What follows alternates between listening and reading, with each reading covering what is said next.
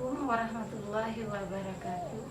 Nama saya Sri Lindawati, 36 tahun, tinggal di Lamjame, Kecamatan Jaya Baru, Kota Banda Aceh. Anak saya ada 6 orang, yang 1 SMP, 3 SD, 2 balita. Saya menerima PKH dari tahun 2014 sejumlah 800.000. Sekarang alhamdulillah sudah meningkat sejumlah 2 juta. Saya mengambil uang di ATM, membeli peralatan sekolah anak, kebutuhan dapur, dan usaha kecil-kecilan seperti ternak, bebek, ayam juga. Kepada pemerintah Pak Presiden Jokowi dan Yusuf Kala, kami bersyukur sekali telah diperhatikan dengan program PKH ini.